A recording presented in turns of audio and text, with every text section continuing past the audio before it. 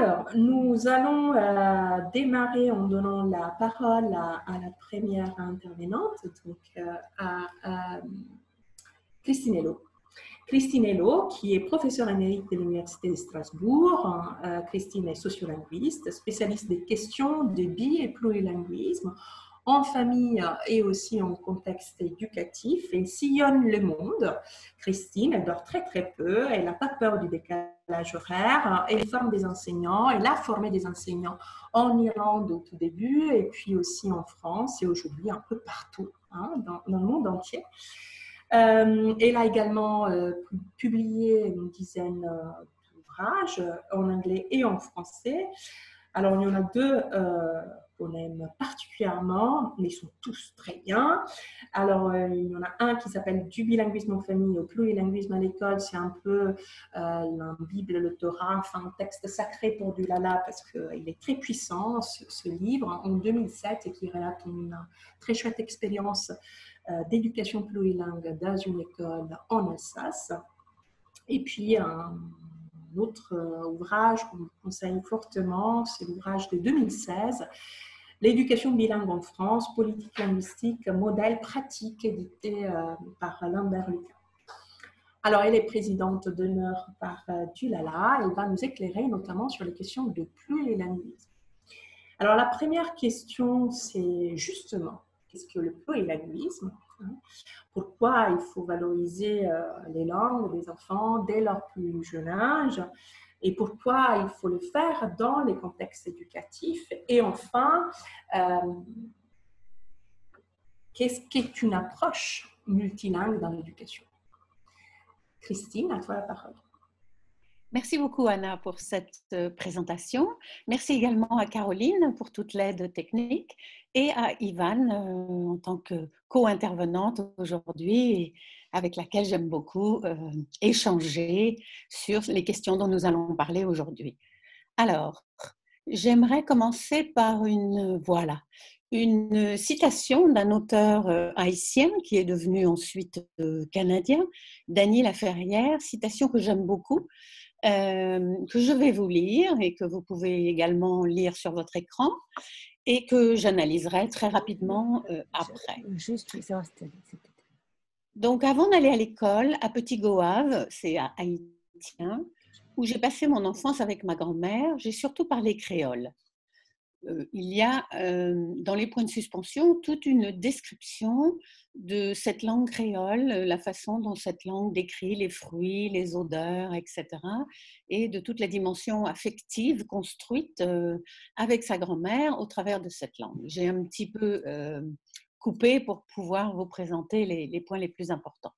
Il me fallait maintenant aller à l'école pour apprendre ce que je savais déjà. Oui, me répondait-on, mais cette fois-ci en français. Et c'est quoi le français? Un fruit exotique? Une variété de poisson ou un mot obscène? Mais j'en parle déjà une. Pourquoi en apprendre une autre? Mais personne n'a jamais pu répondre à cette question. On me donnait toutes sortes d'explications, mais j'ai su très vite de quoi il s'agissait. Diapositive suivante. Voilà. Il me fallait connaître le français si j'espérais être traité comme un être humain, car ceux qui parlaient uniquement le créole étaient perçus comme des sauvages. On me faisait voir qu'en parlant français, j'aurais la possibilité de converser avec des gens venant de presque tous les pays du monde. Et si je ne voulais pas leur parler? La conclusion semblait simple. J'avais le choix entre rester un petit sauvage créole ou devenir un être civilisé. Poser un tel fusil contre la tempe d'un enfant de 4 ans ne me semble pas aujourd'hui un acte vraiment civilisé. Alors, j'aime beaucoup ce texte que vous trouvez dans cet ouvrage, qui est un petit ouvrage court de Dany Laferrière, qui s'intitule « Je suis fatiguée », parce que pour moi, il résume toutes les questions que travaillent les sociolinguistes. Vous pouvez voir ces questions dans la diapositive suivante. Voilà. Alors, première chose, bien sûr, c'est un écrivain adulte qui écrit, mais il revient sur son passé et il décrit ce que voulait dire cette situation à l'âge de 4 ans quand un enfant va à l'école et doit changer de langue en passant d'une langue de la famille à la langue de l'école. Ce que j'ai un peu supprimé, c'est la façon dont il décrit ce rapport charnel et affectif à sa langue première qui est absolument magnifique. C'est pour ça que je vous recommande ce texte. Ensuite, on voit qu'à l'âge de 4 ans, un enfant ne comprend pas vraiment pourquoi il doit changer de langue à l'école, n'est-ce pas? Et puis, ce qu'apparaît dans ce texte, bien sûr, puisque c'est la situation de Haïti, c'est la dimension inégalitaire des langues. C'est-à-dire qu'on n'est pas perçu de la même façon lorsqu'on parle créole et lorsqu'on parle français, la langue officielle de l'État. Ensuite, cette langue française, bien sûr, c'est l'objectif de l'école de l'enseigner, mais cette langue dominante dans ce contexte-là est imposée à l'enfant, il n'a pas de choix.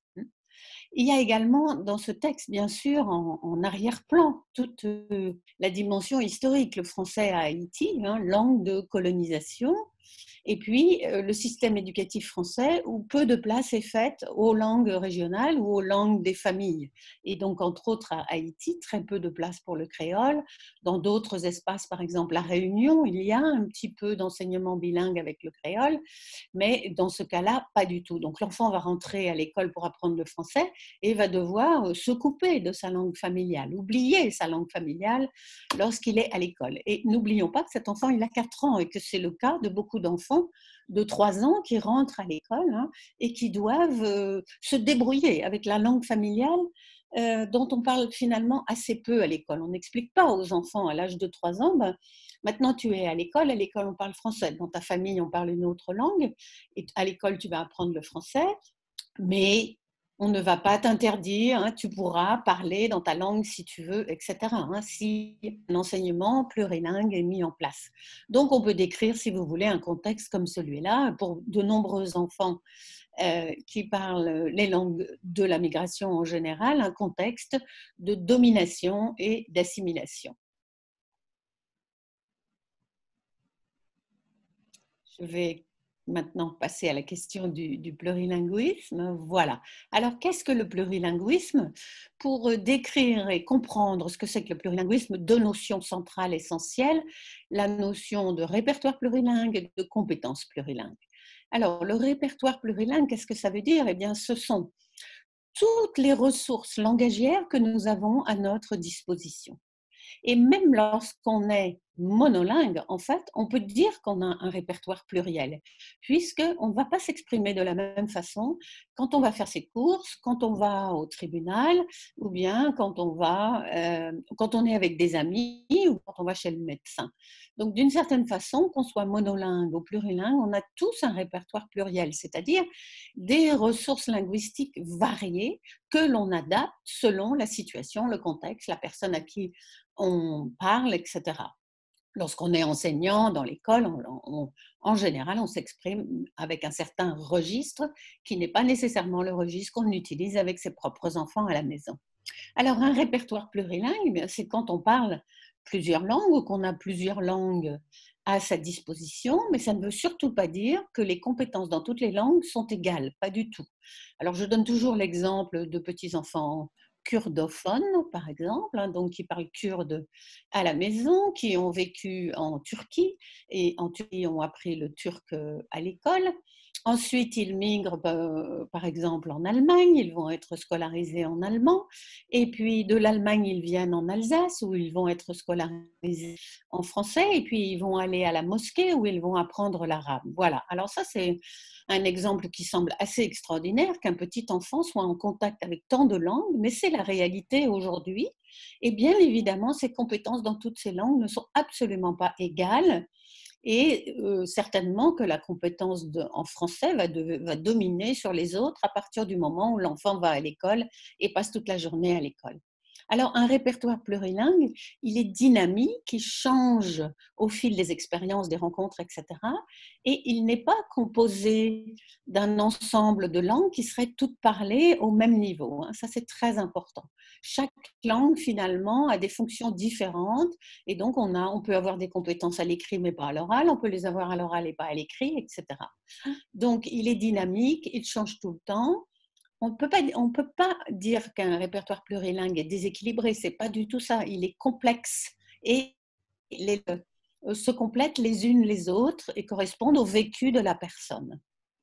Et la compétences plurilingues, eh bien, c'est ce qu'on fait avec le répertoire plurilingue, tout simplement. C'est comment on utilise ces langues. Et est-ce qu'on utilise tout son répertoire ou est-ce qu'on n'utilise pas tout son répertoire parce que dans certaines situations, on a honte d'une langue ou on ne sait pas la parler, etc. Voilà, donc ça, c'est vraiment les deux notions à comprendre. Et si vous voulez, ça vient de travaux en sociolinguistique qui insistent sur les pratiques langagières. C'est-à-dire que les sociolinguistes étudient comment les personnes parlent leur langue ou une seule langue différemment, de façon plurielle. Alors qu'à l'école, on a tendance à avoir une vision très normative des langues. On parle du français, le français, au singulier toujours. Et ce qui est attendu à l'école, c'est une forme d'utilisation du français, une forme normée. Alors, la norme à l'écrit, elle est tout à fait logique. Il faut bien apprendre l'orthographe, la conjugaison, etc. Mais il y a un très, très grand écart entre l'écrit et l'oral, par exemple. Et à l'oral, on peut également insister sur une norme, mais les pratiques langagières sont variées, différentes selon la région, selon la classe sociale, selon l'âge, etc., etc. Donc, si vous voulez, ces notions de répertoire plurilingue, compétences plurilingues, sont venues de cette façon de regarder les langues, de ne pas les regarder comme des objets figés qu'on étudie à l'école. C'est pour ça que beaucoup d'enfants disent mais c'est quoi le français? Ils ne comprennent pas vraiment le français à l'école, que c'est en fait l'outil qu'ils utilisent tous les jours, dans la vie de tous les jours, avec leurs parents, leurs amis, dans la rue et à l'école. Voilà. Donc les langues, ce sont des objets sociaux qui varient beaucoup selon la vie des personnes qui parlent, selon les endroits où elles sont parlées, etc., etc. La langue, c'est quelque chose, c'est un outil de communication qui change tout le temps et qui n'est pas figé. Mais bien évidemment, pour l'étudier, on a besoin de grammaire, de dictionnaire, de guide de conjugaison pour le français, etc. Alors, ça donne une vision figée de la langue, mais c'est très important de comprendre que, en fait, l'acquisition du langage pour le bébé, puis ensuite pour l'enfant, c'est un outil extrêmement important qui va lui donner des moyens de s'exprimer, les moyens de créer, les moyens d'écrire, donc il va lui donner une voix. Et c'est ça qui est peut-être central dans cette notion de plurilinguisme, de jamais interdire aux enfants de s'exprimer lorsqu'ils ne peuvent pas s'exprimer en français, par exemple. Il faut surtout leur permettre de dire les choses dans la langue dans laquelle ils peuvent s'exprimer, et, pour qu'ils s'entendent parler, pour qu'ils parlent et qu'ils s'entendent parler. Même si l'enseignant ne connaît pas cette langue, l'enseignant peut ensuite aider l'enfant à produire quelques mots en français, quelques phrases, etc. Mais surtout, faire attention à ce que les enfants plurilingues ne soient pas rendus silencieux à l'école. Et ensuite, c'est aussi très important dans la notion de plurilinguisme de donner une valeur égale à toutes les langues. Or, des travaux déjà en crèche ont montré que les enfants ressentent les inégalités envers les langues dès la crèche et très vite développent, certains enfants, une honte par rapport à leur langue, par rapport à leur culture, qui produit ce qu'on appelle l'insécurité linguistique et donc le silence, ce qui fait que de nombreux enfants dans nos classes sont silencieux. Et ça, c'est vraiment très important pour le développement du langage et pour qu'ils comprennent qu'à travers le langage, ils peuvent agir sur leur environnement, ils peuvent apprendre, communiquer avec leurs amis, etc.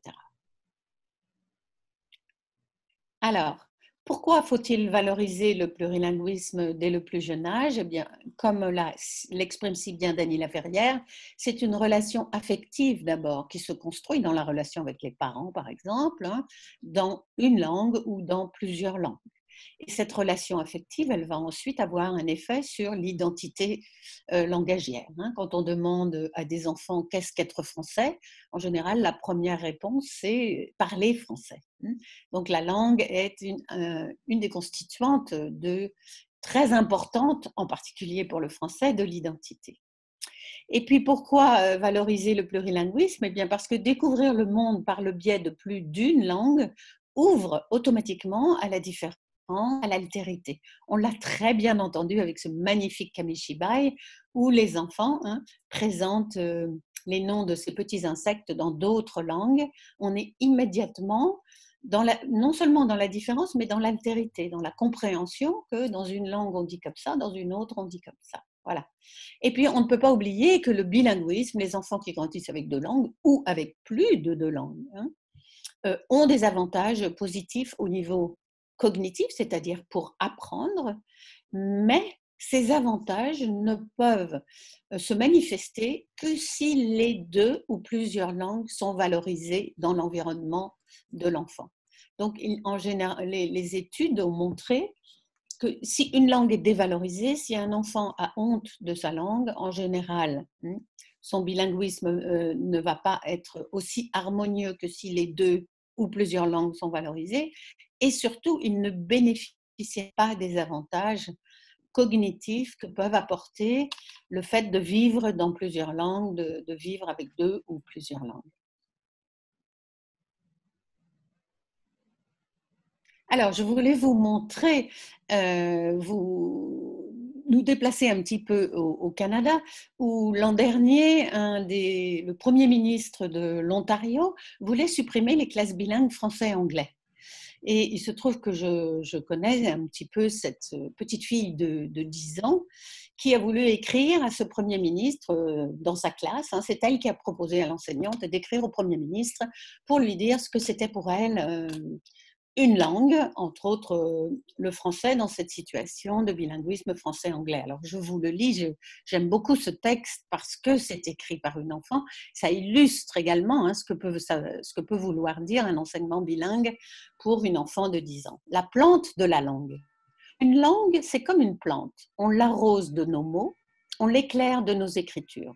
Son engrais est l'amour et l'importance qu'on lui prodigue depuis des décennies.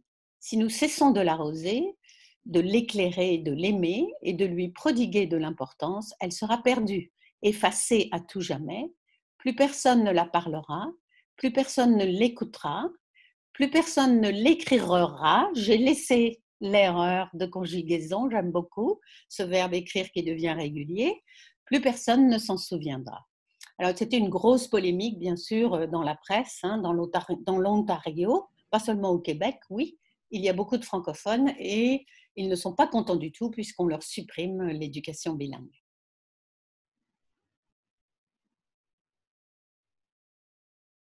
Alors, le plurilinguisme en contexte éducatif, qu'est-ce qu'on fait de toutes ces langues dans nos classes, dans nos écoles, etc. Comment transformer nos systèmes éducatifs qui sont quand même basés sur un monolinguisme. Mais la première chose, c'est changer notre rapport à la pluralité des langues. Ne pas avoir peur du plurilinguisme, ne pas avoir peur des langues qu'on ne parle pas, etc., qu'on ne connaît pas. Je sais que c'est pas facile pour les enseignants avec une quinzaine de langues différentes dans une classe, mais il faut regarder ces langues non plus comme un problème, mais comme une ressource d'une part, et d'autre part comme un droit, finalement, un droit linguistique. Ces enfants qui parlent d'autres langues que le français, eh bien, ils ne sont pas responsables des langues que leur parle leur famille. C'est un choix de famille et ensuite ils arrivent à l'école en parlant ces autres langues. Donc il faut absolument changer notre rapport, voir ces langues comme une ressource et même pour ces enfants comme un droit. Ils ont le droit de s'exprimer dans les langues de leur famille. Ensuite, c'est évident, il faut préparer les enfants aujourd'hui à vivre dans un monde multilingue et multiculturel. Et si l'école reste un espèce de bastion du monolinguisme, eh bien, on ne va pas préparer les enfants à s'ouvrir à d'autres cultures, s'ouvrir à d'autres langues. Donc, comment construire ce plurilinguisme? Eh bien, on a de plus en plus de ressources, comme par exemple toutes les ressources que nous offre l'association d'Ulala, mais tout simplement partir des ressources qui sont déjà là, les ressources des enfants, ne pas avoir peur de les solliciter. Les parents, bien évidemment, puisque l'école française demande aussi la collaboration des parents, et surtout penser en termes des besoins langagiers des enfants dans nos classes. Et ces enfants qui ne parlent pas français ou qui parlent peu français à la maison ont des besoins langagiers spécifiques auxquels on ne peut répondre que si on valorise les langues et qui sont déjà là, les savoirs qui sont déjà là.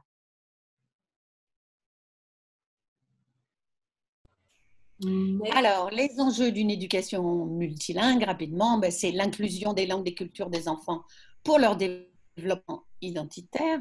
L'objectif, c'est apprendre à vivre dans une société pluraliste, c'est prendre conscience de la diversité des pratiques sociales, des références culturelles. Et quand on parle différentes langues, eh bien sûr, on voit le monde de façon différente.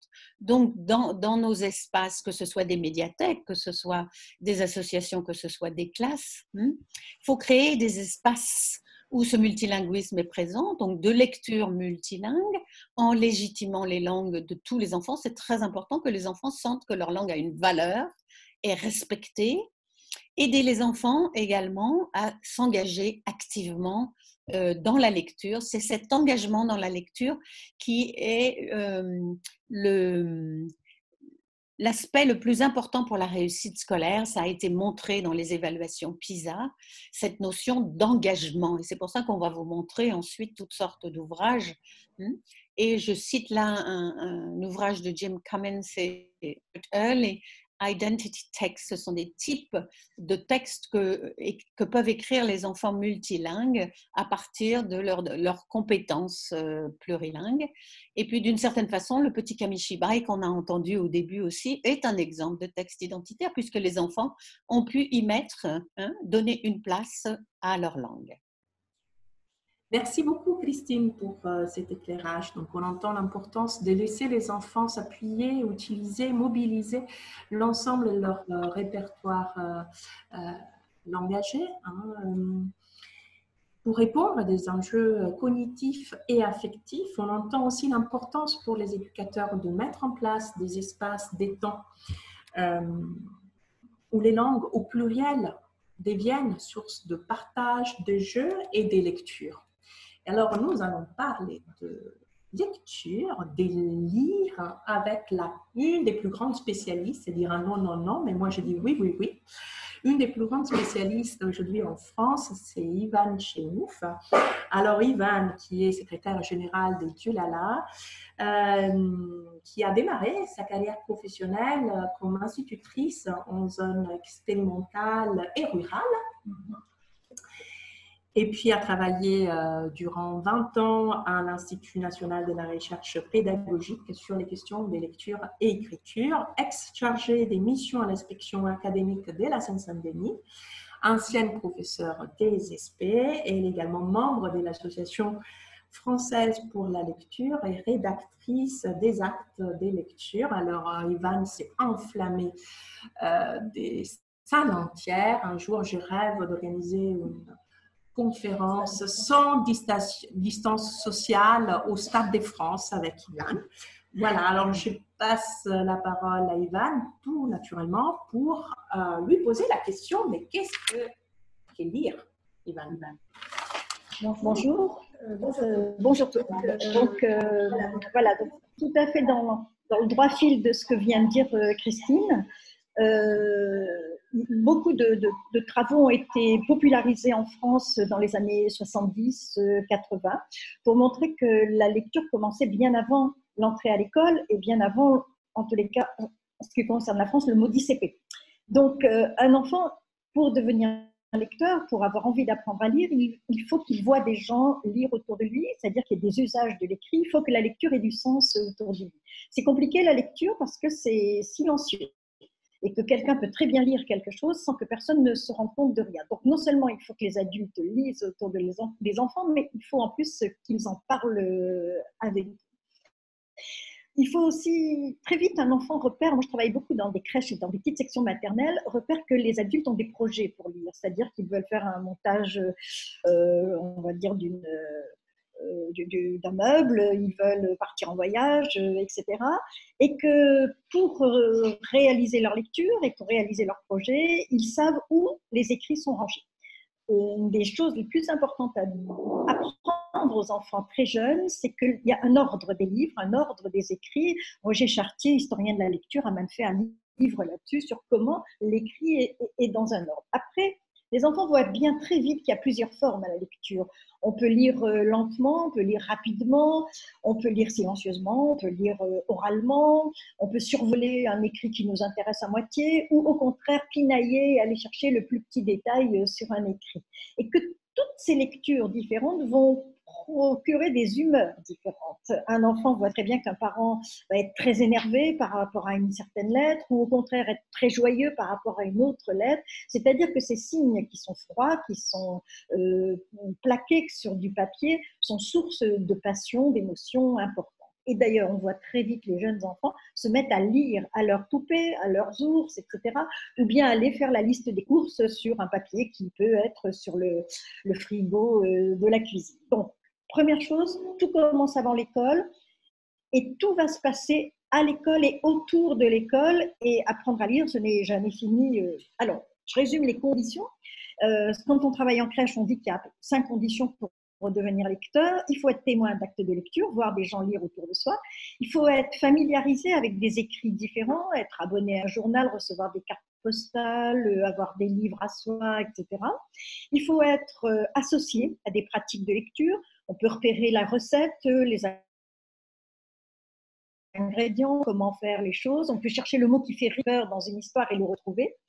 Mais il faut aussi avoir l'attitude de lecteur. C'est-à-dire qu'il ne faut pas que l'enfant est trop petit pour apprendre à lire. Hier, moi, j'ai vu une maman dans le bus qui faisait tenir un peu tranquille sa petite fille de 3 ans en lui épelant Monoprix, lettre à lettre, et la petite étant absolument intéressée par cette activité. Enfin, il faut que les enfants aient du pouvoir dans leur vie. Il ne faut pas que ce soit des paquets, des choses qu'on gère, etc., mais qu'eux-mêmes, ils aient des choses à faire, ils aient des choses à exiger, à proposer, etc.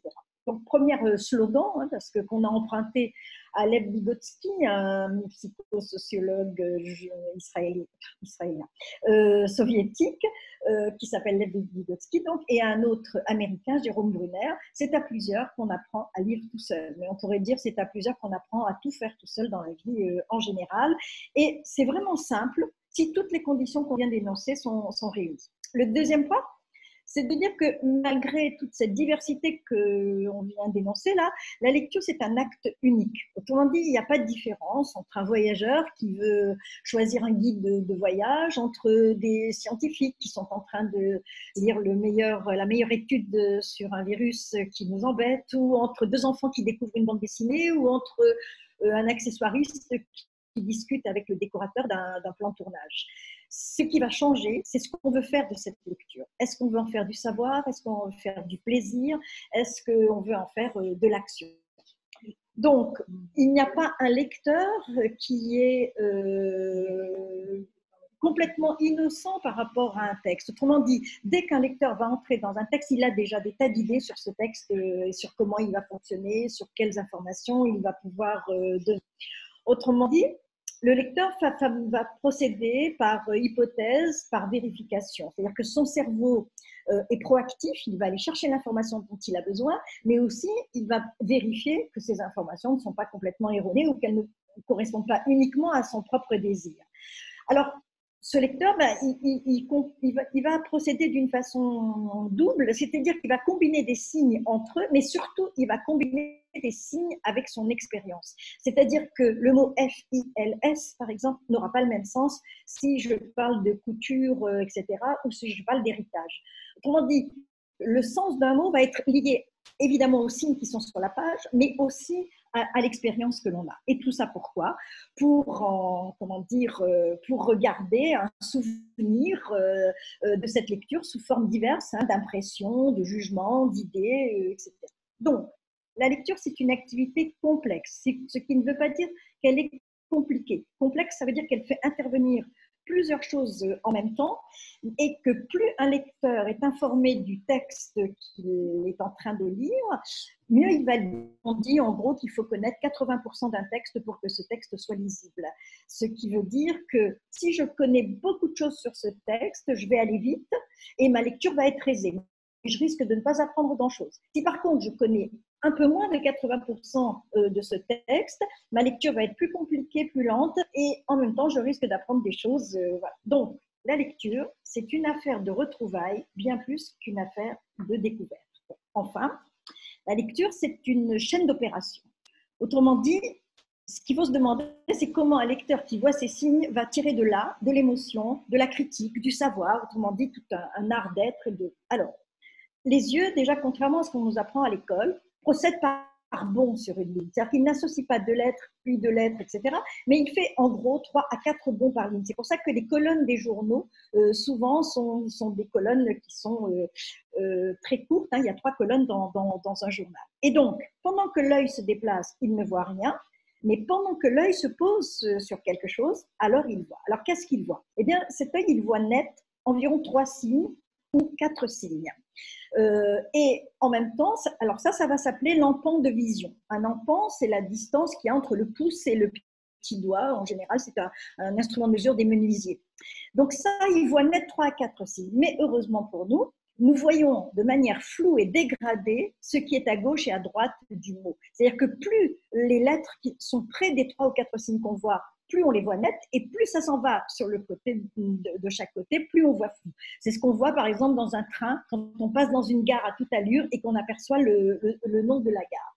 Alors, un déchiffreur, c'est quelqu'un qui va s'arrêter à ces 3-4 signes très nets. Mais un lecteur, c'est quelqu'un qui va travailler sur ce qui est flou, qu'on appelle la vision parafovéale, c'est-à-dire ce qui va être flou autour du mot. Le travail que nous faisons enseignants, c'est bien sûr de ne pas travailler uniquement ce qui est net, mais de travailler ce qui est flou, c'est-à-dire comment je fais du sens avec ce qui est flou.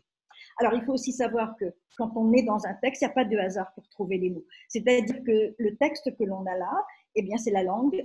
La langue, elle est structurée. Il y a tout un système de probabilité ou un système de fréquence. Et donc, le mot qui suit, on commence à l'anticiper bien avant qu'il arrive. Et ce mot, il faut qu'il ait un rapport avec le sens du texte, et puis il faut qu'il ait un rapport aussi avec la catégorie grammaticale. Après un article, par exemple, on peut avoir rarement un adverbe, etc. Donc, ce mot, soit on le connaît déjà et on l'identifie rapidement parce qu'on l'a déjà en mémoire, soit ce mot, on ne le connaît pas vraiment, alors on va l'approcher petit à petit, soit à partir des 2 premières lettres, soit à partir d'une suite de lettres, soit à partir de lettres qui dépassent en haut ou qui dépassent en bas. Autrement dit, on ne lit pas en stockant des informations et en les cumulant les unes après les autres, mais on lit parce qu'on intègre des significations à des significations qui sont déjà là. La lecture, c'est du sens en permanence et ça ne peut pas être du son que l'on convertit en sens. Je termine en disant ce que Christine a bien abordé, à savoir que la lecture est une pratique culturelle et qu'on ne peut pas lire et un enfant ne peut pas être engagé dans un texte qui n'a pas de sens. Bruno Bettelheim disait « Si ce que je dois lire ne change rien à ma vie, alors à quoi bon le lire, même si j'ai 3 ans ?» Autrement dit, tout acte de lecture doit changer quelque chose à notre vie et donc lire des inepties et déchiffrer des mots qui n'ont aucun sens, c'est vraiment faire du mal aux enfants. Autrement dit, cette lecture, il faut qu'elle ait un lien avec ce que j'aime, avec ce que je pense, avec ce que je vis. Autrement dit, la voiture qui sort du garage, le papa qui fume une pipe, en gros, si on n'en a pas grand-chose à faire, eh bien tout ça, on ne va pas avoir envie d'en faire quelque chose. Donc, la lecture, Christine a terminé là-dessus, construit un sujet social, mais un sujet singulier aussi. Autrement dit, c'est une construction identitaire.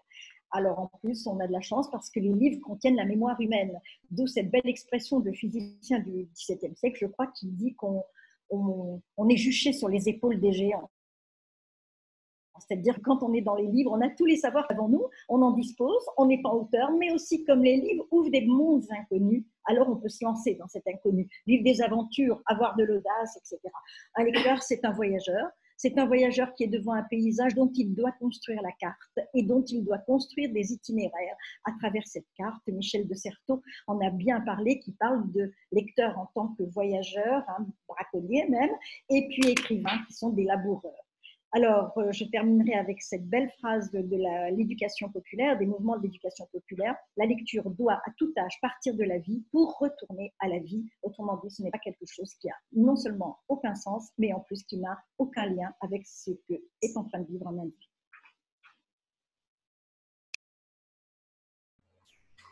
Merci, Ivan. Merci beaucoup. Donc, on a entendu une expérience collective, la lecture, une expérience collective pour un apprentissage individuel, n'est-ce pas? Une expérience complexe, mais pas compliquée. Une pratique culturelle qui donne une construction sociale. Et alors, la question que j'ai envie de poser à Christine, c'est est-ce qu'on peut apprendre à lire en même temps avec 2 langues? Est-ce que, quand on parle des lectures avec plusieurs langues, on parle souvent de bilittératie et des multilittératies. Alors, est-ce que, Christine, tu pourrais nous donner des définitions là-dessus? Et puis, quand on parle aussi de bilittératie, souvent, il y a le concept, l'idée des multimodalités. Et alors, qu'est-ce que c'est que la multimodalité? Voilà, tout plein de questions pour Christine. Hein? Christine. Alors, le micro, Christine. Je crois qu'il y a une vidéo, n'est-ce pas? Voilà, vous m'entendez? Alors, Christine. Alors, oui. Est-ce qu'on montre la vidéo d'abord ou je réponds aux questions? Comme tout à fait. Tu veux qu'on regarde la vidéo avant? Non, on peut la passer après, peut-être. J'aimerais bien faire le lien avec ce qu'Ivan vient de dire, hein, c'est-à-dire la lecture, une pratique culturelle, une pratique qui construit un sujet social, mais au niveau aussi un sujet individuel. Alors c'est bien évident que pour un enfant qui vit dans un environnement bilingue ou multilingue, que cette expérience de lecture, de ne la vivre que dans une langue et dans une langue qui est peut-être un peu éloignée de la vie familiale, c'est-à-dire dans la langue scolaire, va en fait voler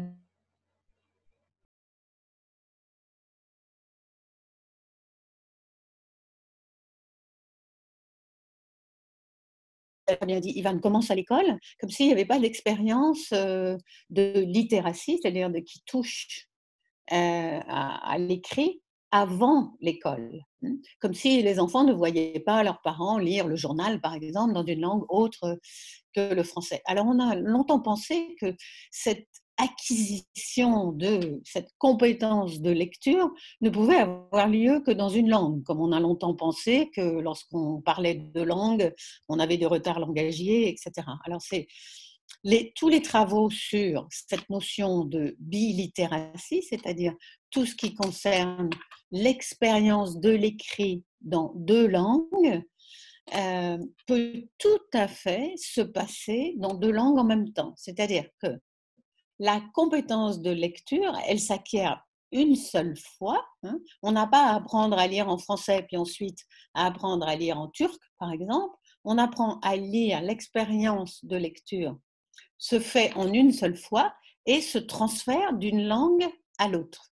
Donc, dans les modèles d'éducation bilingue où les enfants apprennent à lire dans deux langues en même temps ou trois langues en même temps, en fait, il n'y a pas de confusion, il n'y a pas de retard, c'est tout à fait possible. Ce n'est pas la peine d'enseigner à un enfant bilingue à lire d'abord dans une langue et d'attendre que cette compétence soit acquise pour ensuite le faire lire dans une autre langue. Et on le sent bien à partir de tout ce qu'a dit Ivan de la lecture, c'est tout à fait possible.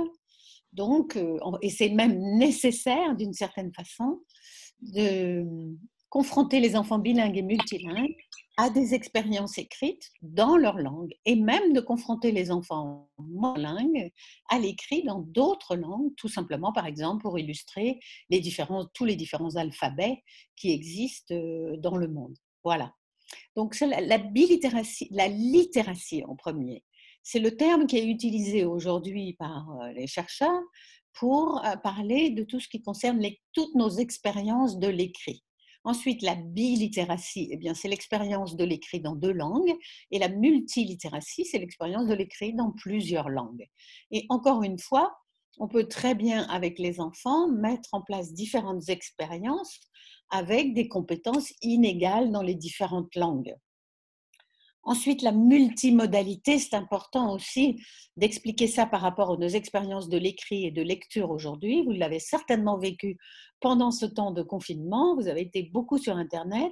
Et sur Internet, on lit différemment de la façon dont on lit dans un livre. Pourquoi? Eh bien, parce qu'on a toujours du texte, des images, de la vidéo, de la bande dessinée, du dessin, etc. Et on passe de l'un à l'autre. Et aujourd'hui, de nombreux jeunes sont beaucoup plus efficace dans ce type de lecture que nous-mêmes plus âgés, moi en particulier. Hein. Et ça, la multimodalité, c'est écrire et lire en utilisant différents modes d'expression. Donc, à la fois le langage, les images qui bougent, les dessins, etc., etc.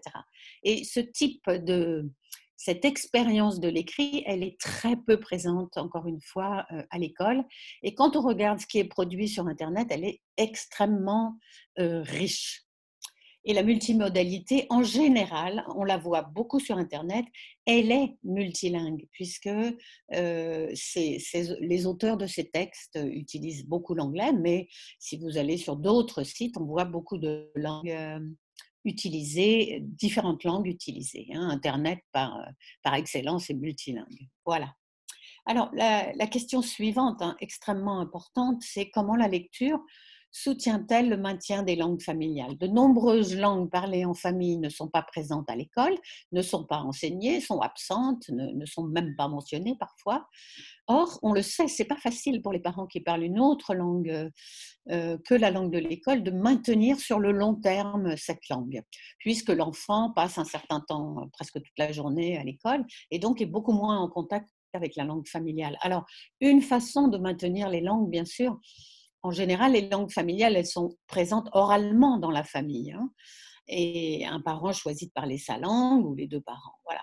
Et pour aider à continuer à utiliser cette langue, continuer à l'enrichir, etc., bien évidemment, la lecture dans cette langue va opérer le passage de l'oral à l'écrit déjà. Donc l'enfant va apprendre à lire dans une autre langue et ensuite développer le vocabulaire et développer cette langue, c'est-à-dire passer du mode oral au mode écrit. Et si ça se passe bien pour l'enfant, évidemment, l'enfant peut développer un goût pour la lecture dans cette langue, ce qui va l'encourager à continuer à être en contact avec des écrits dans cette langue et à enrichir la langue. Donc ça, c'est vraiment quelque chose qu'il faut recommander aux parents. Et donc, donner des livres aux enfants dans leur langue, prêter, ou pour les médiathèques, avoir des lectures dans les langues familiales et vraiment insister auprès des parents sur l'importance de la lecture pour la réussite scolaire et pour les bilingues multilingues, l'importance de la lecture dans plusieurs langues. Merci.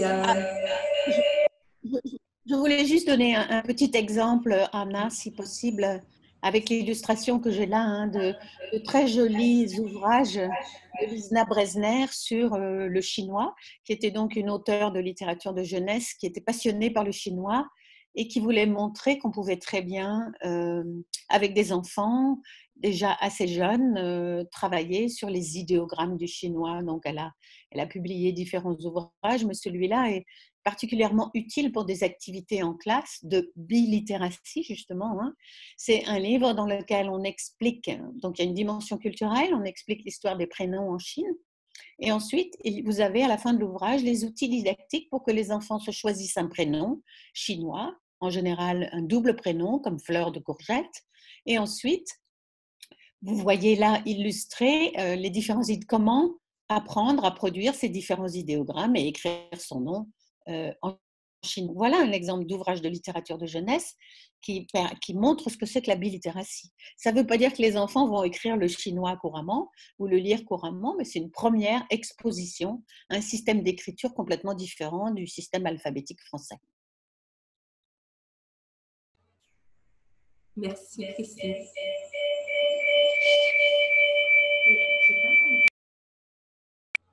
Pardon. Merci Christine, j'adore Fleur des courgettes. Alors donc on sent bien que les langues ne sont pas des entités séparées, mais les langues communiquent entre elles et sont perméables. Et c'est justement cette perméabilité et la capacité de créer des transferts aussi qui vont nourrir l'apprentissage de l'une et de l'autre langue. L'importance des livres pour soutenir cet apprentissage, bien sûr, mais j'ai une question donc pour Ivan sur est-ce qu'on peut trouver des ressources, est-ce qu'on peut trouver des ressources en France, quid des fonds multilingues dans les bibliothèques? Oui, alors moi j'ai commencé mes investigations un peu depuis que Dulala m'a un peu mis sur cette piste-là. Et je dois dire qu'au début, j'ai eu beaucoup de mal parce que j'allais dans des bibliothèques où les choses n'étaient pas par terre ou derrière un pilier, ou, etc. Et j'arrivais pas bien à voir comment ça s'organisait. Alors oui, en se renseignant un peu, il faut quand même avoir un esprit d'explorateur et de conquérant pour y arriver. Et déjà se poser la question, pourquoi on veut faire un fonds multilingue? Parce que ça, c'est pas toujours très clair, en tous les cas, chez les bibliothécaires que j'ai rencontrés ou les animateurs. C'est-à-dire, est-ce qu'on veut ouvrir les enfants à d'autres cultures? Est-ce qu'on veut soutenir des enfants qui sont en train d'apprendre une langue? Est-ce qu'on veut intégrer des enfants d'immigrés, etc. Donc, je crois qu'il faut déjà bien se poser la question de comment faire. Alors après, ici, vous voyez apparaître quelques sites qui sont importants.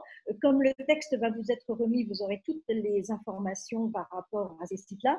Je dois dire que moi, il y en a, comme j'habite à Paris, je vais souvent à la librairie de l'Institut du monde arabe, qui est assez bien documentée, où il y a du personnel. Mais je vous conseille le site Takamtiku, qui est le site de la Bibliothèque nationale de France, qui regorge de propositions et surtout d'analyses, on va dire. Alors, une des choses aussi que, bon, je suis enseignante, je travaille beaucoup avec des animateurs et des bibliothécaires, et quand on regarde les fonds dont disposent les enfants, on voit qu'il y a beaucoup de traductions, sans doute, mais qu'il n'y a pas beaucoup de, comment dire, d'ouverture vers les autres cultures. Alors, je vous ai sélectionné quelques livres qui sont traduits en français, qui sont implantés en français, qui passent leur action à l'écrit. Donc, le premier auteur qui est cher à Christine aussi, c'est Tommy Ungerer, bien sûr, qui a donné un prénom. Zeralda, c'est une plage d'Algérie, donc il y a beaucoup d'enfants qui sont très très fiers. Dans Flix, vous voyez un quartier où on voit une femme voilée, enfin c'est une chaîne ici, mais elle représente une femme voilée. On en voit très très peu dans la littérature ici. On voit une cuisine asiatique, et puis dans Ami, on voit un enfant d'origine africaine avec une enfant d'origine asiatique. Le deuxième exemple, l'exemple suivant, c'est Madlenka, c'est Peter Sis. Donc Peter Sis, c'est quelqu'un qui était pragois et qui a émigré après le printemps de Prague aux États-Unis, à New York exactement, et qui travaille entre ces deux frontières avec Madlenka d'une côté et les trois clés d'or de Prague. L'auteur suivant auquel j'ai pensé,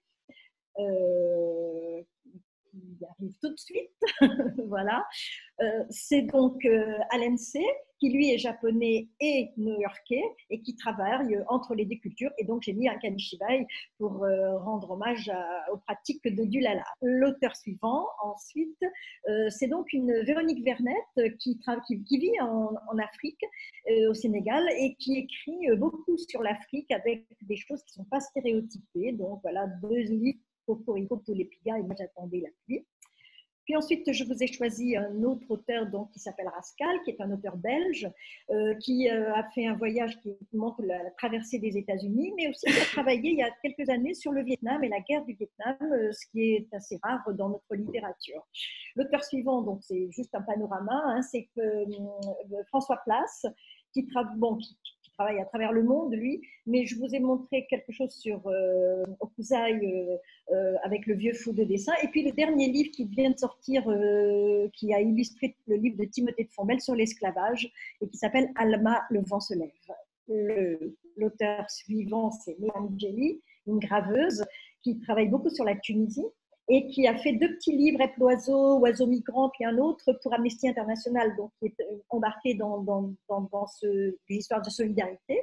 L'auteur suivant, voilà, c'est Sheng Yang Hong, qui est chinois, et qui transmet l'histoire de Chine à travers des livres absolument fantastiques. Et enfin, je pense que c'est voilà, c'est Satomi Ishikawa qui va travailler. Alors donc là, le magasin de mon père, je crois que ça se passe en Tunisie, et le petit cheval Mabat, ça se passe en Mongolie. Alors Satomi, elle va partout, et elle ouvre vraiment des grands horizons pour les enfants. Voilà, donc la première des choses qu'on doit se demander, c'est sur quoi ouvrent ces livres. L'auteur qui vient d'apparaître et qui a disparu, c'est Claude Ponty, bien sûr. Alors pourquoi? Parce qu'il y a des auteurs français qui mélangent toutes les langues. Par exemple, ce petit roi que vous voyez sur un coussin dans un fauteuil trop grand pour lui s'appelle Ernst Monello the First 2. Donc Ernst c'est premier, Primo c'est premier, mais Primo Monello c'est petit premier, The c'est notre prononciation anglaise, First 2. Eh bien oui, parce que c'est un dauphin, donc il ne régnera que quand son père sera mort ou sa mère. L'auteur suivant, c'est toujours Claude Ponty. Voilà, qui a donné des noms à ces poussins qui sont Bouffe News, par exemple, il mange les nouvelles, c'est un lecteur de journal. Cirque des Pékin, si on le dit comme ça, on voit que c'est japonais. Slip au dodo, les petits rient parce qu'ils disent que c'est un slip et qu'il met un slip pour faire dodo, mais ceux qui comprennent l'anglais savent que c'est to sleep, dormir. Et Ti voglio bene good good, évidemment, c'est je t'aime beaucoup. Voilà, alors parmi ces auteurs, diapositive suivante, on va donc avoir l'auteur de Dulala maintenant, c'est-à-dire Elsa Valentin, qui, avec Bou et les trois ours, a fait tout un texte en 7-8 langues, dont le sabir des enfants, et qui va bientôt sortir Chapochka chez Dulala. Voilà, donc la première des choses, c'est de voir comment ces livres-là, comment les livres ouvrent aux langues, par les images et par les sonorités. La deuxième chose, la chose suivante que l'on va regarder, c'est donc les livres d'images. Alors, vous savez qu'à Lampedusa, les bibliothécaires se sont beaucoup activés pour proposer des livres qui permettent aux enfants qui arrivaient, des naufragés, de parler avec les enfants de l'île et qu'ils ont appelé des Salam Books. Voilà. Alors, je vais vous en citer plusieurs que j'ai essayé de catégoriser. Autrement dit, des livres qui vont servir de photographie et qui vont permettre aux enfants de retrouver leurs objets particuliers. Donc ici, c'est Anna Oban, photographe américaine. La personne suivante, voilà, ce sont les livres dont les enfants connaissent déjà les histoires. Et comme ils connaissent Les Trois Petits Cochons ou Boucle d'Or, eh bien, ces livres sans texte vont leur permettre de les re-raconter. C'est toujours Pascal le Belge. L'image suivante, c'est Yela et Enzo Mari, deux Italiens, qui, travaillant sur des cycles, permettent aux enfants d'anticiper la suite, etc. Ensuite, on a donc des albums thématiques avec Rotro Suzanne Werner, avec des livres bien qui sont contemplatifs. La suivante, voilà. Dans les parcours contemplatifs, il y a un livre qui vient du Canada qui s'appelle Les fleurs poussent aussi sur les trottoirs, qui est une merveille, et un livre suisse, Diapason, qui est aussi très très beau. Et puis, on va terminer, voilà, avec les imagiers. Alors, les imagiers, c'est la grande, on va dire, c'est la grande pépite des livres multilingues, puisqu'on va pouvoir avoir les fruits, les objets, etc., dans des langues très différentes. Là, je vous en ai mis un de guillemets. On passe à la suivante, voilà. Et puis, on va pouvoir faire des rapprochements, parce qu'un lecteur, on l'a dit tout à l'heure, c'est quelqu'un qui fait une carte, et dans une carte, qui fait des itinéraires. Donc là, on voit bien que De petites mains, de petits pieds, traduit en français, parce qu'en fait, c'est un livre anglais, existe aussi d'une autre façon en arabe, et qu'on commence à faire des liens. Donc ensuite, voilà, d'autres livres vont parler des bonnes manières à travers le monde, à savoir, on ne s'embrasse pas partout. Enfin, maintenant, personne ne s'embrasse plus, mais en tous les cas, il y a des façons de vivre différentes. Alors, on va aller sur les livres qui ont un peu de texte. Voilà, je vous ai quand même mis quelques imagiers qui vont être utiles pour comprendre des mots avec les enfants. Et puis, on va passer aux albums qui commencent. C'est les livres qui vont permettre de comparer les différentes langues. On y va. Voilà. Alors, ce qui peut être intéressant, c'est que quand on apprend une chanson comme Old MacDonald de Farm, vous avez vu mon accent, on peut prendre un imagier sur les animaux qui seront en plusieurs langues, de manière à pouvoir changer les animaux en fonction des mots dans d'autres langues. Et enfin, voilà. Alors, bien sûr, l'autre grande vedette des albums multilingues, plurilingues, c'est les comptines. Alors, je vous mets deux maisons en France qui sont importantes. Didier Jeunesse, d'abord, qui en a publié énormément. Donc, je vous ai mis Rose et Safran et puis les comptines espagnoles, parce que j'ai cru comprendre qu'il y avait quelqu'un qui était de langue espagnole. La suivante, eh bien, c'est Rue du Monde, une maison d'édition qui a fait les comptines du moment T, et bien sûr Dulala qui est partout et donc qui est incontournable. Alors, sur ces comptines, donc sur la diapositive suivante, voilà, on va avoir ensuite les albums qui ont peu de texte. Donc, voilà. Alors, j'ai vu aussi qu'il y avait quelqu'un qui venait d'Irlande. Alors, j'ai donc pensé à deux personnes que j'aime beaucoup, qui s'appelle Chris Houghton, et qui en plus, j'aime bien parce qu'il y a peu de mots, mais c'est quand même beaucoup d'interprétations, beaucoup de choses très subtiles et traduites dans plusieurs langues aussi. On peut passer aux suivantes. Et donc, Iwona Ciemliewska, une Polonaise, qui a l'art de traduire les choses du quotidien, les 4 bols, par exemple, dans ma poche, etc., les choses très intimes des enfants.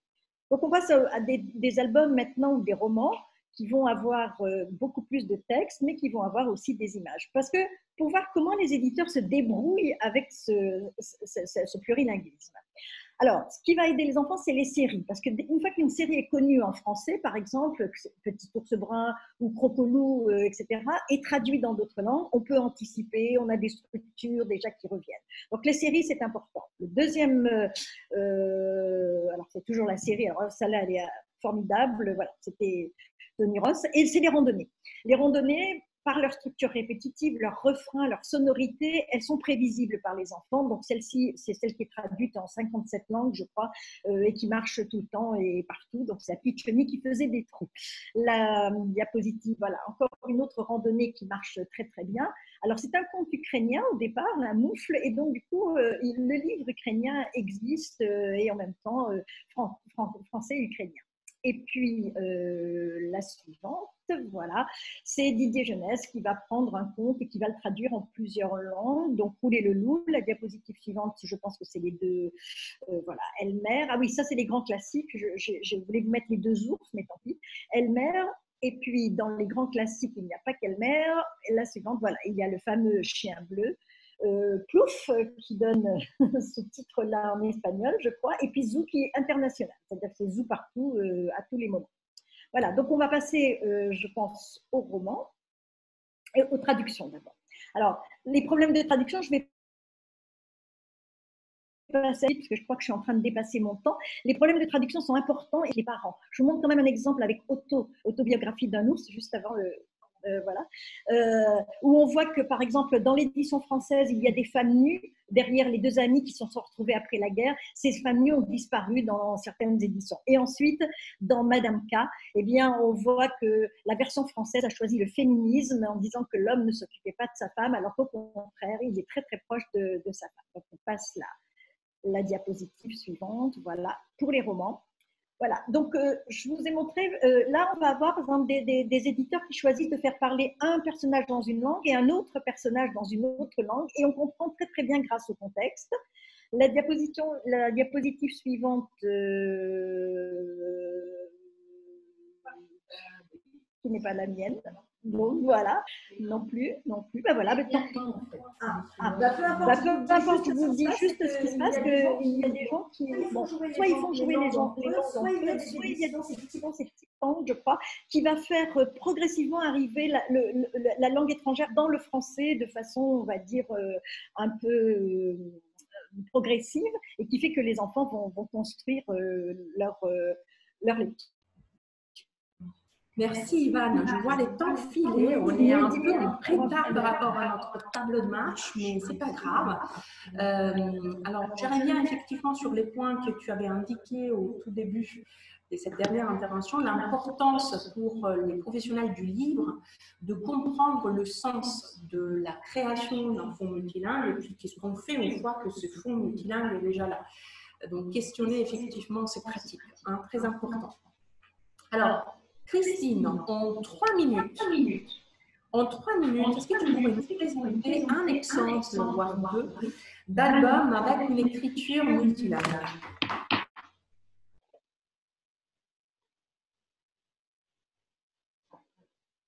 Est-ce que tu peux avancer mes diapos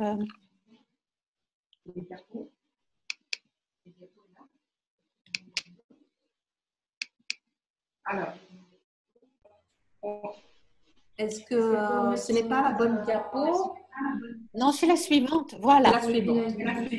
Merci, Caroline. Donc là, je voulais simplement présenter, je vais faire très rapidement comme Ivan, présenter 2 ouvrages dont les personnages sont bilingues. Parce que ça, c'est très intéressant. En fait, il y a encore très peu d'ouvrages aujourd'hui qui raconte l'histoire de personnes bilingues. Et Flix de Tommy Ungerer, mon auteur préféré, hein, et un livre que je recommande tout le temps. Vous en avez vu un extrait de La diversité avec une femme voilée dans ce qu'a présenté Ivan, mais je vous recommande vraiment cet ouvrage à utiliser pour montrer, comme vous voyez sur la couverture, que c'est pas très facile d'être un chien né de chat, mais qu'on parle de langue et qu'on peut devenir un héros lorsque l'on est bilingue. Et puis Sophie et ses langues, qui a été publiée par Dulala, l'histoire d'une petite fille bilingue dont les parents veulent qu'elle devienne bilingue et dont vous avez plus de 30 traductions sur le site de Dulala que vous pouvez télécharger gratuitement. Voilà, donc ça, ce sont des personnages bilingues. Dans la diapositive suivante, je voulais vous montrer une nouvelle présentation d'albums bilingues extrêmement intéressants où les langues, en particulier quand on a une langue comme l'arabe et le français, qui ne se lisent pas et qui ne s'écrivent pas dans le même sens. La directionnalité de l'écriture est opposée. Alors, c'est très embêtant quand on a un livre bilingue avec le français au-dessus, l'arabe en dessous, parce qu'enfin, en fait, les enfants ne peuvent pas lire l'arabe et tourner les pages comme ils devraient. Alors, vous avez à gauche l'exemple d'une excellente maison d'édition, Le Port à Jauny, basée à Marseille, qui est vraiment, à mon avis, la maison d'édition qui produit des livres bilingues arabe-français la plus créative, puisque vous voyez bien dans les illustrations à gauche que vous avez par exemple le français en bas, en haut, hein, qui est même avec la marge à droite, et puis vous avez l'arabe dans les petites bulles, ce qui permet de lire les deux langues dans le sens normal de la lecture et du français et de l'arabe. Et l'autre à droite que vous avez, c'est un même livre que vous pouvez lire d'un côté en anglais, et quand vous avez fini en anglais, vous le tournez dans l'autre sens, vous l'avez en arabe et vous pouvez respecter le sens de l'écriture. Donc là, on a vraiment une recherche du contact de langue dans la littérature de jeunesse extrêmement intéressante. Ensuite, dans la suivante, je voulais vous montrer aussi, ne pas oublier la langue des signes, qui est très oubliée quand on parle de bilinguisme. Et vous avez là un petit ouvrage, 10 doigts pour une voix, où vous avez d'un côté la langue des signes et de l'autre le français. Ensuite, voilà un exemple trilingue qui nous vient d'Alsace avec l'alsacien en haut et en dessous le français et à droite l'allemand. Alors là, ce qui est intéressant, entre autres pour les personnes qui travaillent dans les médiathèques, hein, c'est la place des langues et c'est également la taille des langues. Et vous voyez qu'il y a chez cet éditeur La Nuée Bleue, basé à Strasbourg, hein, le désir de mettre l'alsacien au-dessus en plus gros, etc. Ensuite, diapositive suivante. Le tour de terre en poésie, c'est les éditions Rue du Monde. Extrêmement intéressant, vous avez là des poèmes en 55 langues avec la traduction en français à côté, ce qui permet de choisir un petit poème dans une langue pour accueillir dans une classe ou dans une médiathèque un enfant qui arrive en parlant cette langue. L'ensemble des enfants apprennent le poème en français, mais on peut donner aux enfants le poème dans la langue d'origine et la traduction. On peut inviter les parents pour venir lire ces poèmes, etc. Et les juments blancs, je l'aime bien parce que c'est pour les bébés, c'est un petit livre dans lequel on décrit les juments blanches dans différentes langues, et donc il y a une dizaine de langues dans ce petit album, donc album multilingue. Ensuite, voilà, alors là vous avez un autre exemple d'album multilingue où vous avez 3 langues en présence, donc le français, l'espagnol et le polonais, non, excusez-moi, l'anglais, l'espagnol et le polonais. Et là, vous voyez que l'espagnol et le polonais ne sont pas traduits, mais grâce à l'illustration et à l'imbrication des langues, c'est un petit peu ce que Dulala encourage dans le concours Kamishibai plurilingue, c'est ce contact entre les langues sans traduction pour habituer les enfants à entrer dans des langues qu'ils ne connaissent pas nécessairement, mais qu'ils peuvent déjà comprendre. Ensuite, voilà, différents nouveaux éditeurs. En bas, en particulier, un éditeur alsacien qui publie des ouvrages bilingues français-allemand où les 2 langues sont imbriquées l'une dans l'autre sans traduction. Et vous avez en haut un poème d'un ouvrage le port à Jauny, basé à Marseille, où vous voyez que cette position du poème en français et en arabe permet de lire et de respecter la directionnalité des deux langues. Ensuite, voilà. Alors, cette relation entre les langues, je voulais encore une fois vous citer un auteur bilingue que j'aime beaucoup, parce qu'il ne faut pas avoir peur du mélange de langues hein, chez les bilingues, c'est tout à fait normal. Donc, pourquoi la cave de ma mémoire où habite plusieurs langues ne se plaint jamais? Les mots y circulent en toute liberté, il leur arrive de se faire remplacer, supplanter par d'autres mots, sans que cela fasse un drame. C'est que ma langue maternelle cultive l'hospitalité et entretient la cohabitation avec intelligence et humour. Et j'aime beaucoup, peut-être je vais terminer là-dessus, parce que j'aime beaucoup cette citation, parce qu'elle nous dit en fait comment quelqu'un de bilingue vit son bilinguisme et ses langues, et comment nous devrions accueillir les langues autres que le français. Merci. Christine, il faut que tu... le son. Merci. Désolée, on est trois dans une pièce et du coup, on a des problèmes d'écho. Merci, Christine. Alors, sans plus tarder, la parole à Ivan pour partager une dernière petite pépite. Oui, bien sûr. C'est un livre du Seuil, de Syros, pardon, qui s'appelle Miroir et qui a deux parties. Une partie parle d'une famille marocaine qui se lève de bonne heure, qui déjeune, etc. Et la maman fait un tapis. Et de l'autre côté, une famille australienne qui se lève le matin et qui déjeune. Petit à petit, le père va vendre le tapis. Et de l'autre côté, il est cinématographique, ce livre. Donc, on voit le chemin du père qui va vendre son tapis marocain et le chemin du père australien qui va acheter un tapis dans un magasin. Et petit à petit, donc, on voit toutes les activités. Et le soir, quand le père rentre au Maroc dans une magnifique livrée, le père australien rentre dans comment dire, on va dire, la circulation, etc. Toutes les deux familles se retrouvent chez elles. Et à la fin, on voit que la famille australienne est sur le tapis que le père a acheté en train de parler de tapis volants, des 1001 nuits de Bagdad, tandis que le père marocain qui a retrouvé sa propre famille, eh bien, à ce moment-là, regarde la télévision sur un ordinateur et regarde ce qui se passe en Australie de l'autre côté. Je pense qu'au moment où les gens ont besoin de se comprendre dans le monde et de ne pas opposer l'Occident et l'Orient, je pense que ce livre est extrêmement fort. Miroir, donc Syros. Merci beaucoup. Alors, Syros, qui est une maison d'édition qui historiquement travaille dans la pluralité, dans la diversité, dans le plurilinguisme. Et donc, c'est la maison d'édition qui va éditer Chaprouchka. On vous dira deux mots tout à l'heure.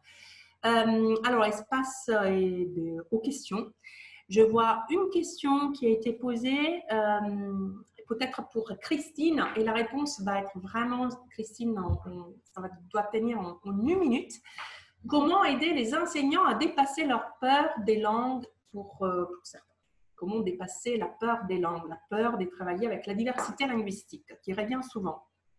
Oui, j'ai vu la question apparaître et j'étais très contente qu'elle posait parce que c'est une excellente question. Je pense qu'il faut travailler avec les enseignants sur leur propre rapport aux langues en travaillant sur la biographie langagière, faire écrire les expériences qu'on a eues avec son apprentissage des langues étrangères ou bien son vécu de langue familiale ou son vécu de vacances, etc.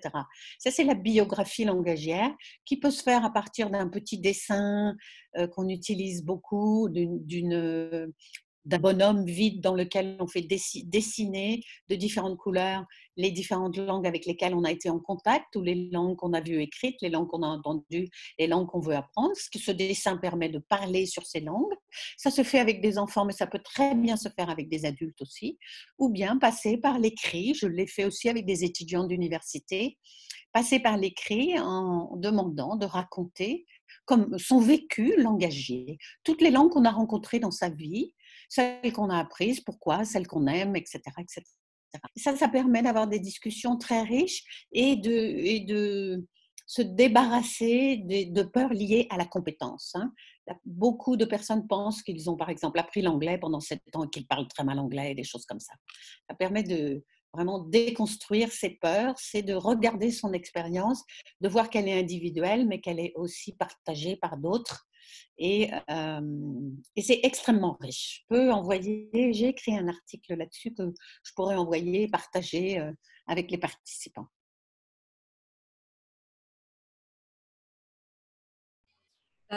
Merci Christine. Donc effectivement, décomplexer finalement la relation aux langues en général, prendre conscience de son propre répertoire plurilingue à travers la biographie langagère, et puis peut-être aussi faire confiance aux enfants, faire confiance à ces savoirs linguistiques qui souvent nous font peur parce que nous-mêmes, on peut ne pas contrôler finalement ce que les enfants vont pouvoir nous apprendre. Et ça demande vraiment une sorte de révolution copernicienne finalement pour la personne qui est en position d'apprentissage, parce que lui-même doit pouvoir apprendre, se mettre dans une posture d'apprenant. Et c'est ça qui est intéressant finalement dans l'éducation plurilingue, ces changements de statut et de regard et des pouvoirs finalement qu'on peut mettre en place. L'article sur la biographie langagère, Christine, est-ce que tu pourrais le partager? Oui. Merci. Alors, est-ce que vous avez d'autres... Alors, Arben pose une question. Alors, il nous dit, Arben, et si l'enseignant est d'avis contraire, on imagine donc à travailler, faire une place à la diversité des langues en présence, qu'est-ce qu'on fait si l'enseignant s'oppose? Moi qui réponds? Ou c'est et Christine? C'est Christine? C'est Christine. Ivan nous dit Christine. D'accord. On a Ivan en face. Alors, moi, j'ai pas d'expérience de ce genre de choses, mais la seule chose que j'ai vue, c'est il y a un livre que j'aime beaucoup sur la pédagogie qui s'appelle Le Maître ignorant. Et je crois que quand le maître est ignorant, donc c'est Jacques Rancière, quand le maître est ignorant, les enfants prennent le pouvoir. Et quand un enfant devient expert de sa propre langue, c'est-à-dire que c'est lui qui va dire la comptine, c'est lui qui va dire le texte, ou que les parents viennent en classe ou quelqu'un, eh bien le maître se met en retrait et il est en position d'observateur. Donc je crois que le mot qu'a prononcé Anna, il est très important, c'est le mot confiance. Il faut absolument penser que ces choses-là vont pouvoir se faire. Et maître est accepter et faire en sorte que le maître soit ignorant, parce que c'est le seul moment où il va pouvoir comprendre un petit peu ce qui se passe dans sa relation d'apprentissage.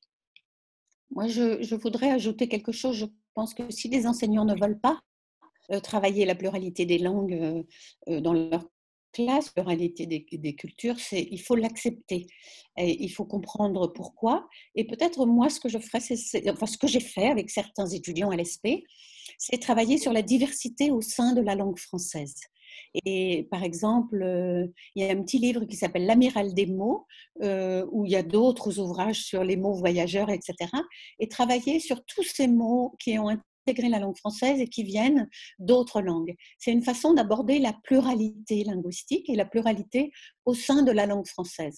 Et en commençant par là, on comprend peut-être mieux que le contact entre les langues, c'est une question d'hospitalité, que la langue française, elle est très hospitalière aux autres langues, puisqu'elle intègre les mots de très nombreuses autres langues, et la culture française aussi a intégré la culture d'autres cultures. Hein. Donc, moi, je commencerai par la diversité au sein du français, tout ce que le français a emprunté aux autres langues, pour peut-être ensuite ouvrir aux autres langues.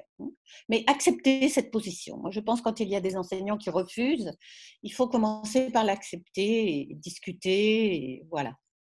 Trouver des ouvrages qui parlent de ces questions. C'est pour ça que j'aime beaucoup les auteurs pour adultes qui parlent de bilinguisme. Il y a beaucoup de choses dans la littérature qui expliquent très très bien ces questions de langue.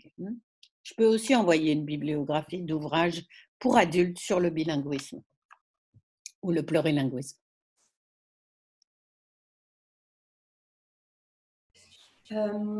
Oui, tout à fait. Et puis aussi indiquer que travailler la diversité linguistique et culturelle à l'école n'est pas faire un travail de désobéissance, mais tout ça, ça s'inscrit aussi finalement aujourd'hui dans la loi de refondation de l'école 2013 et puis dans les nouveaux programmes aussi de l'école maternelle 2015 qui permettent, qui légitiment ce travail autour de la diversité, entendre des sons, donc travailler la discrimination auditive, la discrimination visuelle aussi, faisant un travail autour de la découverte découverte de plusieurs écritures à la fois. Et puis également, dans les derniers rapports de Chantal Manès et Alex Taylor, osons dire le nouveau monde, quelque chose comme ça, je ne me rappelle plus exactement l'intitulé, mais il y a aussi une place beaucoup plus importante donnée aux approches plurielles jusqu'à l'école, jusqu'à la fin du cycle 2. Hein. Voilà, donc appuyer là-dessus également. Et puis, si on parle aussi, si on voit les choses d'un côté plus macro, vous pouvez aussi vous reporter aux résultats et aux enquêtes PISA qui disent que les compétences socles, lire, écrire, compter, ne suffisent plus dans une société du XXIe siècle qui est la nôtre. On a besoin de développer des compétences psychosociales, psychoaffectives, faire ensemble, s'ouvrir à l'autre, s'ouvrir à la diversité, coopérer, gérer les diversités, les différences. Et ce sont des indicateurs clés sur lesquels vont aussi être évalués les différents systèmes éducatifs de l'OCDE. Voilà. Une question de Sandra. Une question de Sandra. Vous avez dit que des études suggéraient que dès la crèche, les enfants étaient sensibles aux inégalités de traitement entre les langues. Pourriez-vous indiquer l'une ou l'autre référence? Peut-être le renvoyer aussi. Alors, on va vous envoyer toutes ces références. Il y a une association formidable qui est installée à Strasbourg, Le Furet, dont Christine est membre. Elle est partout, Christine aussi, est surexploitée par plein d'acteurs associatifs, qui s'appelle donc Association Le Furet, qui travaille beaucoup sur les inégalités et la diversité dès la petite enfance. Donc, je vous invite à aller jeter un coup d'œil et puis on pourra partager avec vous une bibliographie. Alors, le temps passe très, très vite. Là, on est à 17h25. Il faut conclure, sauf si on peut prendre... Sylvain, on te demande la référence du dernier album présenté, Miroir. Alors, la dernière référence du dernier album présenté... Donc, c'est Miroir et c'est aux éditions Syros. Je vais tout mettre sur le... Alors, 2010. Anna, est-ce que je peux dire quelque chose rapidement? Bien sûr. Très rapidement, je voudrais dire que les études qui ont été menées en crèche, ce sont des études toutes récentes depuis 2010-2015 par des sociologues qui ont travaillé dans des crèches et qui ont observé les enfants dans les crèches. En particulier, mais on va vous donner les références, Claudia Zehle, qui a passé...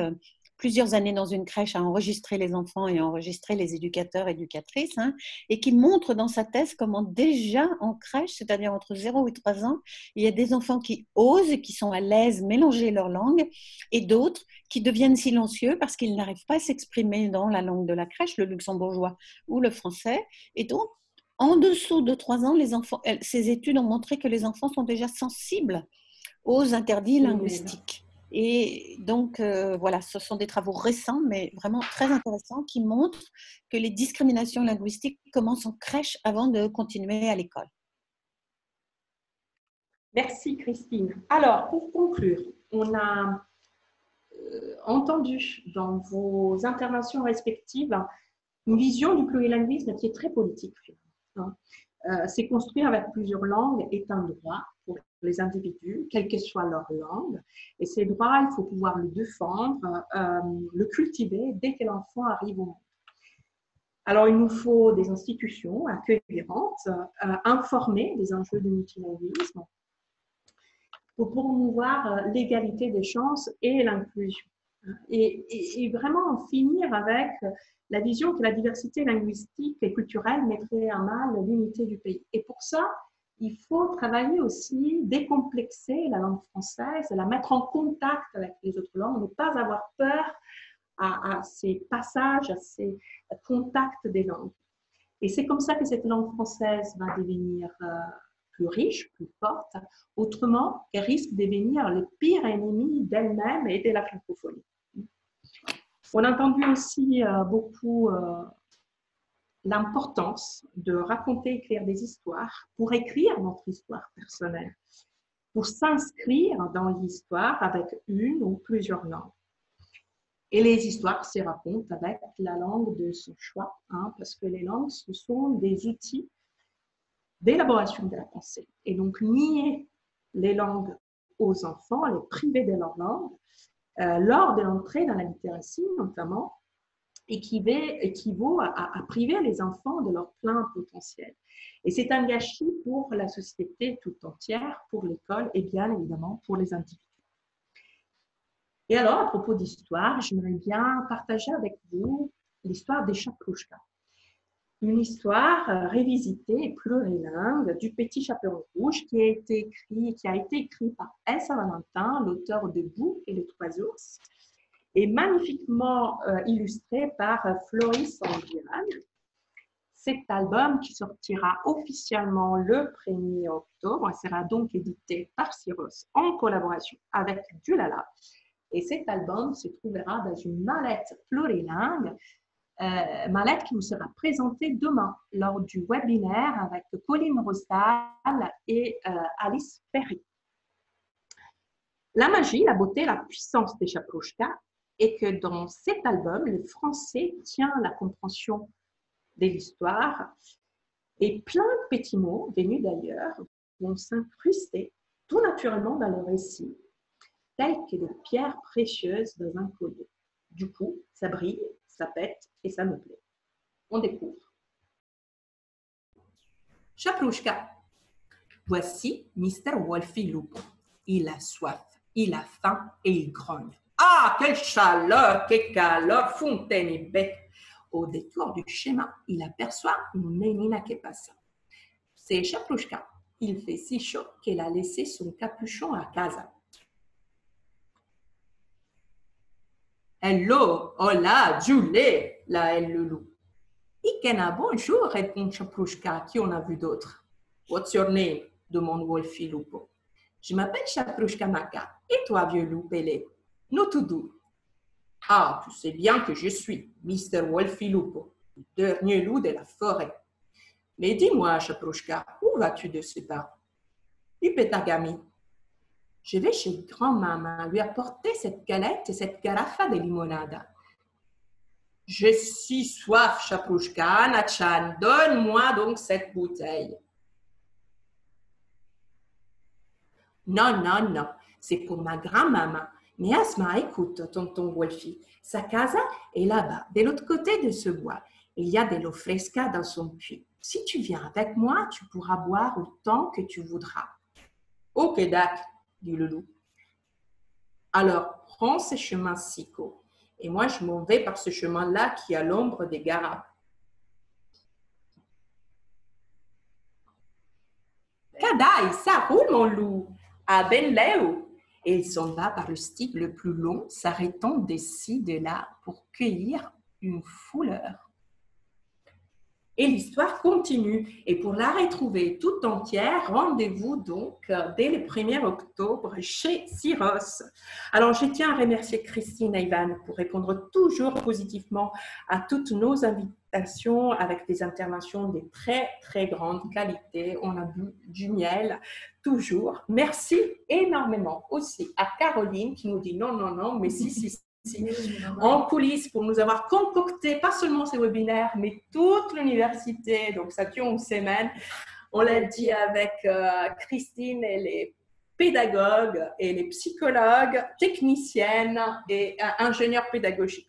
Grand merci. Et puis, merci aussi à toutes et à tous, oui, à tous, parce qu'il y a un homme, je crois, de nous avoir suivis jusqu'au bout, où que vous soyez. Alors, merci énormément. On se retrouve, on l'espère bientôt, sans ces distances asociales.